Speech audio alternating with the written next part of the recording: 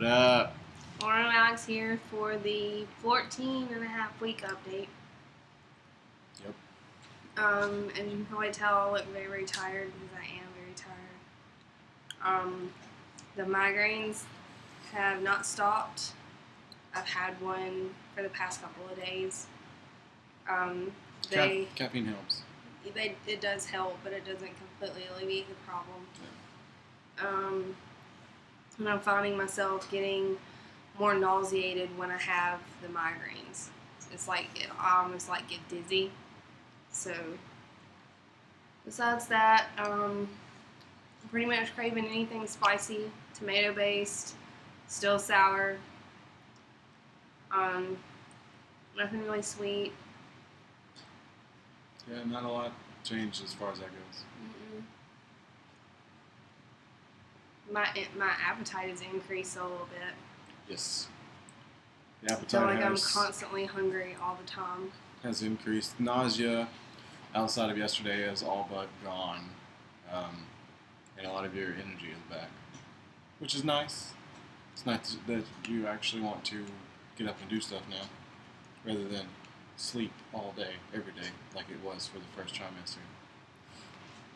But that's basically what our book told us, was that all of your energy would come back in the second trimester, and it has. So there's that.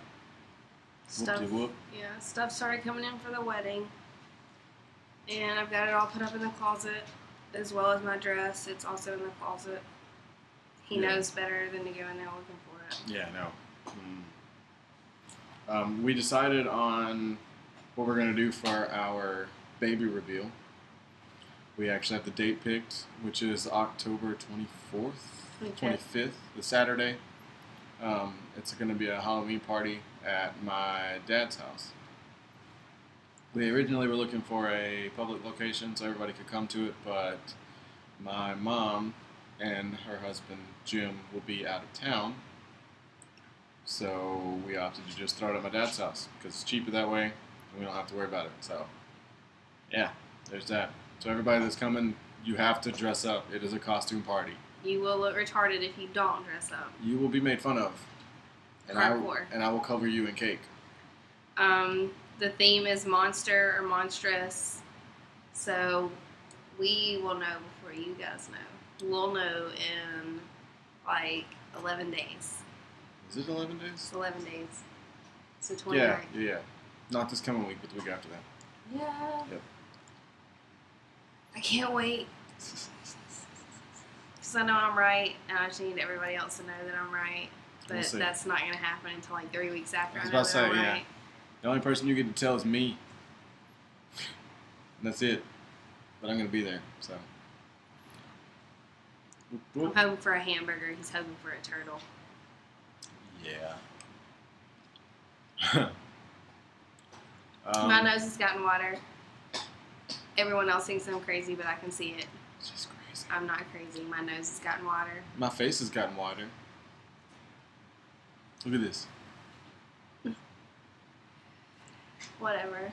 Acne is still, it's getting worse, not only on my face, like I've had it on my back and my shoulders, and that's never happened before in my life, and I'm just like, I'm so grossed out by it. The biggest pimple I've ever seen in my life was on her shoulder this morning. Thank you for that. It was so gross.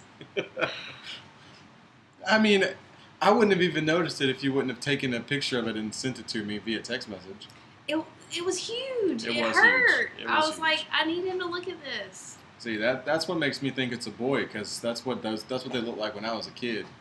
When I hit puberty, I had fucking huge pimples. That's disgusting. It was very disgusting. So, yeah. Heartburn started. Oh, God. Supposedly, that's because the baby is growing hair, which isn't technically supposed to happen until 15 weeks. There's no more room for digestion as my uterus moves up. So does all of my other organs, and therefore my stomach gets smaller. So. Yep. With that being said, baby's about as big around as a pear.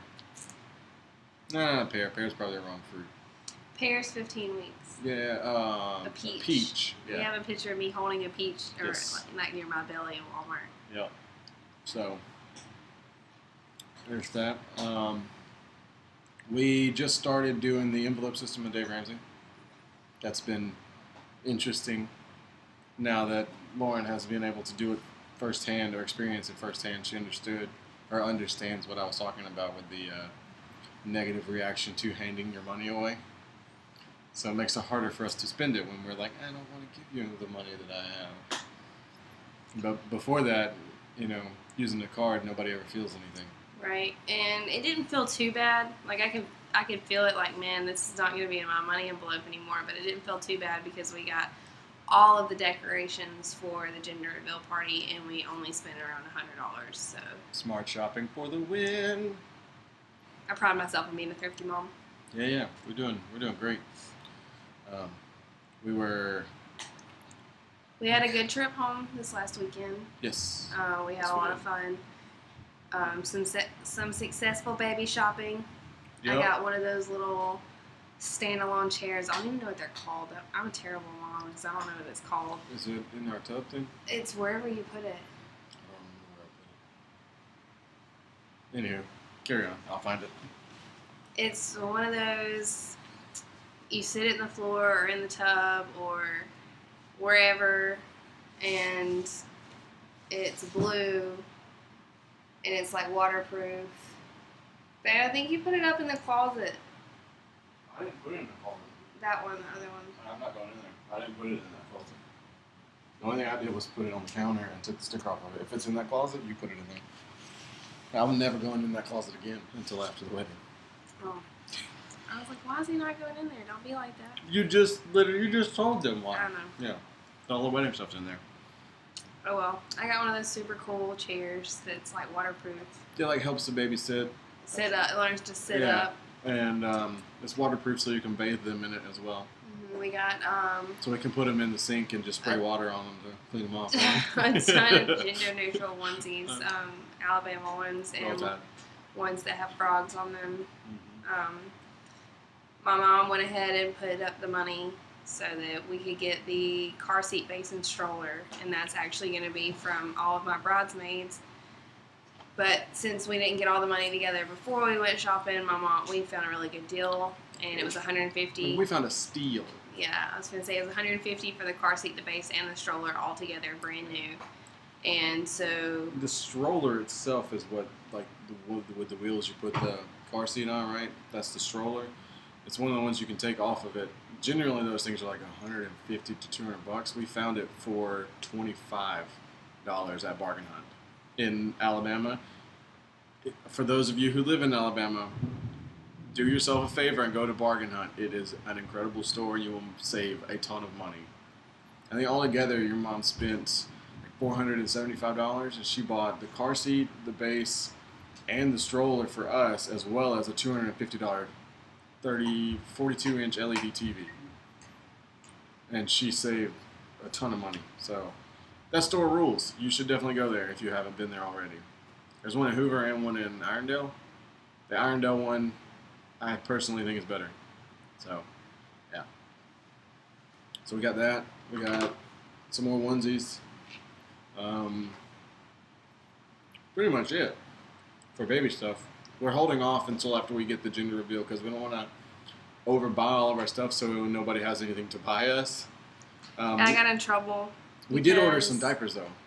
Yeah, the diaper buy went successfully. I spent $224 on 47 diapers.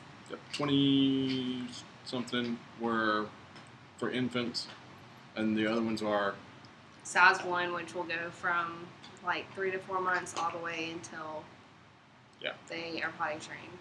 Yep. So we got a good stockpile. Yeah, we got about half and half of what I've been told we're going to need. Because we're cloth diapering. Yeah. I don't know how many of you guys know that. We constantly get laughed at for saying that we're going to cloth diaper. Yeah, I overheard somebody, I don't remember who it was this weekend, saying that we basically just threw $200 and something into the trash can. So, yeah, we'll see. And I don't mean to be the a-hole, but we're definitely going to prove you wrong on that. Whoever it was that said that. I don't remember who it was, but yeah. We'll see. We'll see. I don't think we're gonna have a problem, especially with me having a history of eczema and sensitive skin. It just makes more sense for us to do it that way. And it's a lot cheaper. I can spend $500 and have our baby diapered until they're 2 years old, and with the exception of here and there. So I may spend $700 total over the course of 3 years, and most people spend anywhere from $1,200 to $2,500, depending on how much their baby excretes. So such a gross word. Excretes. So it's a money saver as well as a health issue for us. Yeah. I came under fire earlier this week because I'm not vaccinating our kid. So surprisingly, the family took it very well. The family like everybody did, that saw it was just like, "Good for you." As soon as I said that, something about it on Facebook, I was called stupid, biased, crazy. The list goes on. It didn't matter how much how much research that I threw at these particular people. They just weren't hearing it. So I was a bigger, better person and just stepped away from it. It boils down to basically this: it's our kid, and you can kiss our ass. Well, they were like, well, if you put your kid in public school, you put all of our kids at risk, and this, that, and the other. And how is that even possible? If you vaccinate your kid, and my kid gets what you're already vaccinated for, we're the ones that are at risk, not you. I told them that too, so I had to step away from it. That's another discussion we're going to have probably a couple of years down the road once our kid's old enough to almost be ready for school, is whether or not we're even going to send them to school or we're going to homeschool them. Yeah, we've talked about that before, but we haven't decided, and we've got years to decide on that. Yeah, so. Everything that I see so far makes me want to homeschool my kid. Yeah. Now, I've been told by family members that I've been advised against that because homeschool kids end up being weird and antisocial and this, that, and the other. They do have antisocial behaviors, which is an inherent flaw, but there are ways to counter that. Like having some place that we go weekly that the kid can interact with other kids at, involving them in rec sports and stuff like that will work as well. And you can also do like a group home school kind of thing, which I've seen people do before. I've never seen it in person, but I read a lot about it, where like especially living in an apartment complex, which we won't be at the time that they're going to school, but they'll do like they'll get everybody in the apartment complex that's got kids, and it's like, all right, these are all in the same age group. Do you guys want to do like a joint homeschool thing where they'll have all of the kids go together, and they'll be like they are in a classroom in public school, but they're being homeschooled. So there are ways around it. It's just there are legitimate concerns about not putting them in public school because you learn a lot of things in public school that you wouldn't learn otherwise, like how to read people, which somebody that's homeschooled doesn't learn. That's something that is a learned skill, not something you can be taught. I learned that through growing up and going to public school, but we'll see. That's a whole nother discussion. That's a ways down the road, but that's something that we've been talking back and forth about. We've decided on our baby names, but nobody will know what those are until after we find out what our baby is and tell everyone. So there's that. Awesome. Some people know. We're not keeping it a huge secret, but we didn't want to throw it out onto Facebook and the internet until after we know what the baby is. So there's that. Night shift sucks. Yep, it continues to suck. That's why I'm so tired. It sucks having to be away from the house all night, but what I'm doing at work is awesome.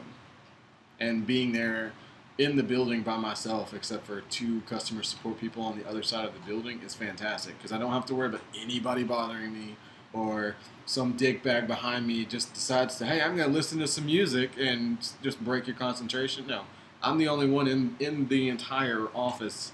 I can listen to the music as loud as I want to and do whatever I want, and I don't have to worry about getting in trouble. So, and that aspect is awesome, and I get paid more, so that's fantastic. But not being at home at night, sleeping next to her is what sucks. Yeah. The company that I work for has actually been rebranded. It is now Influence Health and not MedSeek anymore. That in itself is a bit stressful, especially being in IT, and I'm only one of 2 IT people or desktop support people, I guess I should say, for a company that's 300 plus users. It's going to be a long couple of months. I'm actually heading up the project where I'm doing the complete migration from Office Communicator to Link. And I have to touch every single user by the end of the year. It shouldn't be too hard. Also, it shouldn't be too I hard. have a meeting tomorrow with my boss and his boss, so my supervisor and the VP of the department. I am going to be doing some traveling before the baby gets here and possibly after the baby gets here. We're setting up a trip for me to go to Madison to migrate most of those users, if not all of those users, to Windows 8 and possibly Solvang, California. So those are our two distant offices. Wisconsin. Sorry. Madison, Wisconsin. And Solvang, California. So I will tell you guys more about that as soon as I know more about that. But as of right now, I am going to be the one that's doing the traveling because Ray needs to stay in the office in Birmingham. It's just you and him. It's just there me is and Ray. no other Tier 1 desktop support in person at the office. So when you were hired, there were two. And I was the one of the three left standing. Yeah. And then we hired Ray right before I went remote. So personally, I'd be looking forward to that. Free travel sounds awesome. I mean, yeah, it does sound awesome. I'm just... Being away sucks. Yeah. But that's generally how I've it always never is. flown pregnant, so I don't really know how It's probably going to hurt. How that's going to feel and how that's going to affect the little one. Ligament pain's been awful this week. Much worse than last week. Like last week, I think it was like one day that was bad. This week, it's been almost every day. It's been pretty rough. It feels like, I know most of you know what a pulled muscle feels like. It feels like my abdomen muscles have been pulled, and then like they're healing from being pulled, and then they just get pulled more. So it hurts and hurts and hurts. And then on top of that, I have the shooting ligament pains. So I'm just like, it's just going to get worse. I just need to get used to it. Yeah, but I mean, at least we know the baby's healthy, and every time we get in, she gets those pains, we listen to the baby heartbeat just to make sure to reinforce that everything's fine. It's just growing pains. So yeah, she's fine. It just sucks that we're having to go through it. Judy came back this past weekend, a little bit. It hasn't been nearly as bad as it was in the first trimester, but I think that's because you're actually able to sleep and your energy is returned. It was bad in the first trimester. It hasn't really been that bad since. So there's that. She's looking at me like, I can't believe you brought that up. But I told everybody I would. So, but I'm not gonna. There's nothing in particular that was anything bad. It's just you get tooty sometimes, you know. Just like I get protective. Yeah. Overprotective. Definitely.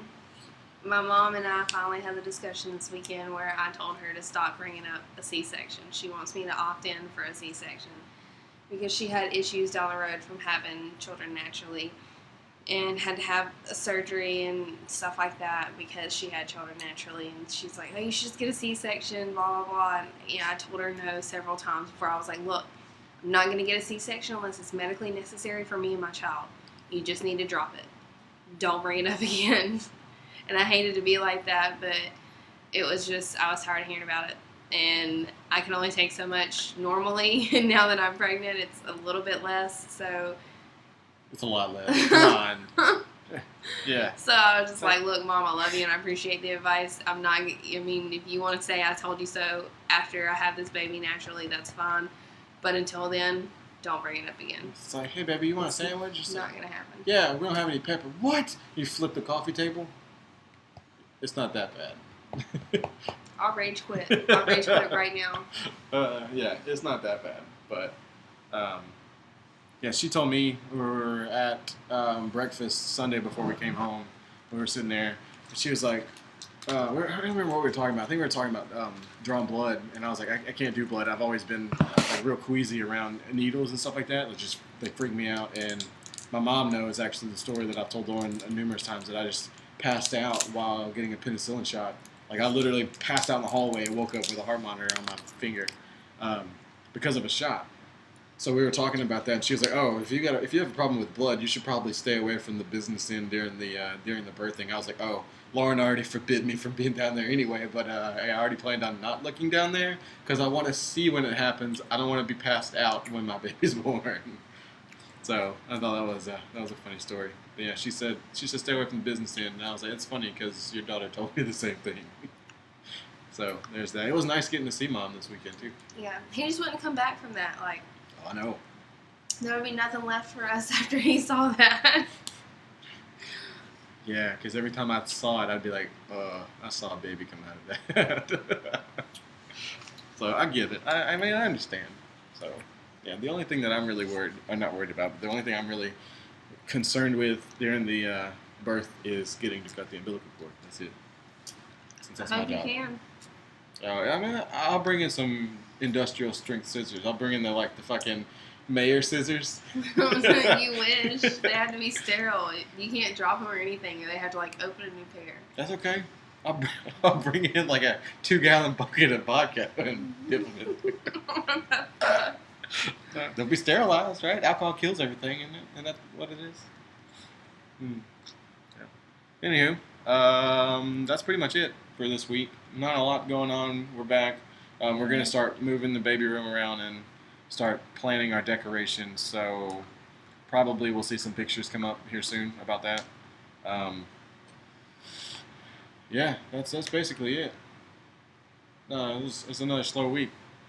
Next week we'll probably post something more since we're actually home this weekend, so we'll have time to actually do explore something. our stuff. Shiva, sit. I know you're not part of the video. What are you doing? Come here. Say hello, Shiva. Say hello. Hello. Say hello.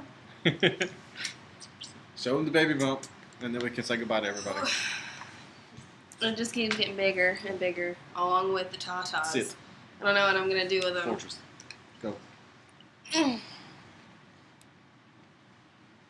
I'll pull your pants down, man.